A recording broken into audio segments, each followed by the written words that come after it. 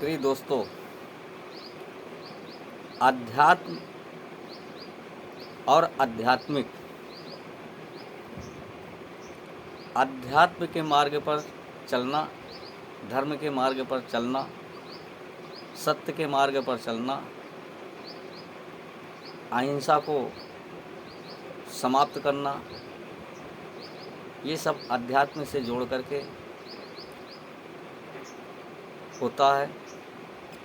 आध्यात्मिक ज्ञान प्राप्त करने के लिए किसी के समझाने से आध्यात्मिक ज्ञान नहीं प्राप्त होता है। आध्यात्मिक ज्ञान सुविचार हृदय से मनन करने से, चिंतन करने से, ब्रह्मांड में स्थित ब्रह्म का ज्ञान स्वयं ये जहाँ टीका लगाते हैं, जहाँ महिलाएं बिंदी लगाती हैं, स्थान ब्रह्मांड कहलाता है। ब्राह्मण कौन होता है, ब्राह्मण कौन बनता है, ये भी समझिए। ब्रह्म रमते ब्राह्मणा, ब्रह्म जानाति ब्राह्मणा। तो ब्रह्म जिसके शरीर में रम रहा है, रोम रोम में रम रहा है, वो ब्राह्मण है। और जो ब्रह्म को जानता है वो ब्राह्मण है। ब्राह्मण वही बनता है, ब्रह्म को वही प्राप्त करता है जो आत्मज्ञानी होता है। आत्मज्ञान के लिए एक तत्वदर्शी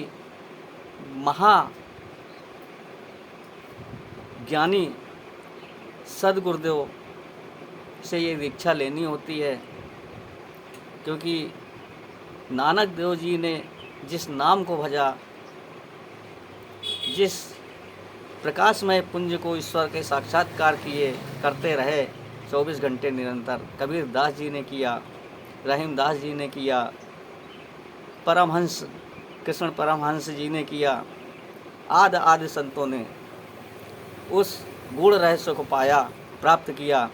और उन संतों ने आकर के तरह तरह से उस ज्ञान का विकास किया और लोगों तक पहुंचाया। आत्मज्ञान क्या है? नाना शास्त्र पाठेन नाना देवत पूजनम आत्मज्ञान विन सर्व कर्म निरर्थकम। तो नाना प्रकार के देवताओं की पूजा करने से, नाना प्रकार के शास्त्र पूजने से आत्मज्ञान की प्राप्ति नहीं होती है। इसलिए प्रिय दोस्तों, प्रिय भगवत भक्तों, नाम लिया तिन सब लिया, सकल वेद का भेद, अब बिना नाम नर के पढ़ता चारों वेद। राम ने भी जिसका नाम लिया, महादेव शिव ने भी जिसका नाम लिया, उस नाम को जानना है और उस परमात्मा के दर्शन करने हैं। जो ईश्वर सर्वशक्तिमान हैं, वो हमारे आपके बीच में हैं, हमारे शरीर में विराजमान है, हमारे हृदय में विराजमान है, हमारे मन मस्तिष्क में विराजमान हैं। तो उस परमात्मा की खोज करने के लिए बाहर कहीं नहीं जाना है। आत्मज्ञान वो ज्ञान है कि आत्मा का ज्ञान, आत्मा जब हमारी संतुष्ट हो जाती है तो योग क्रियाएं, भजन, सुमरण, अनहद क्रिया, ये सारी क्रियाएं हमारे शरीर के अंदर ही देखने को मिलती हैं। प्रिय दोस्तों, प्रिय भगवत भक्तों, इसलिए कहा है 2.5 अक्षर का नाम पढ़े सो पंडित होए। तो 2.5 अक्षर का जो नाम है वो हमारे अंदर है। ऊपर जात नीचे जात, ऊपर जात नीचे जात, श्वास श्वास चल जात, और संसारी न समझे नहीं वृथा उमर बिहार। तो हम आप उस चीज़ को नहीं समझ पाते हैं। ये शरीर में हमारे ऊपर नीचे क्रम बाई क्रम चल रहा है। तो इस क्रम को समझना और गुरु दीक्षा लेकर के आत्मज्ञान प्राप्त करके उस ईश्वर के साक्षात्कार किए जा सकते हैं। करना ये हमें आपको है।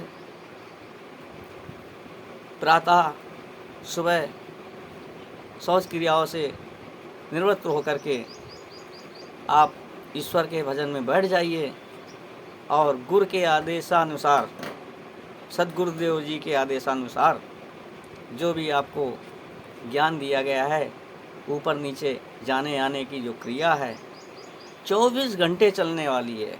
24 घंटे यदि आप सो रहे हैं तब भी ईश्वर का नाम, भगवान का नाम वो चल रहा है। कोई काम कर रहे हैं, कहीं जा रहे हैं, भीड़ में हैं, ट्रैफिक में हैं, कहीं पर भी हैं, लेकिन वो नाम रुकने वाला नहीं है, वो नाम सदा चल रहा है। आदान प्रदान जो है ईश्वर का जो है, नाम सुमरण जो है चल रहा है। तो इस नाम और सुमरण को प्राप्त करने के लिए बहुत से लोग तरह तरह के यत्न करते हैं।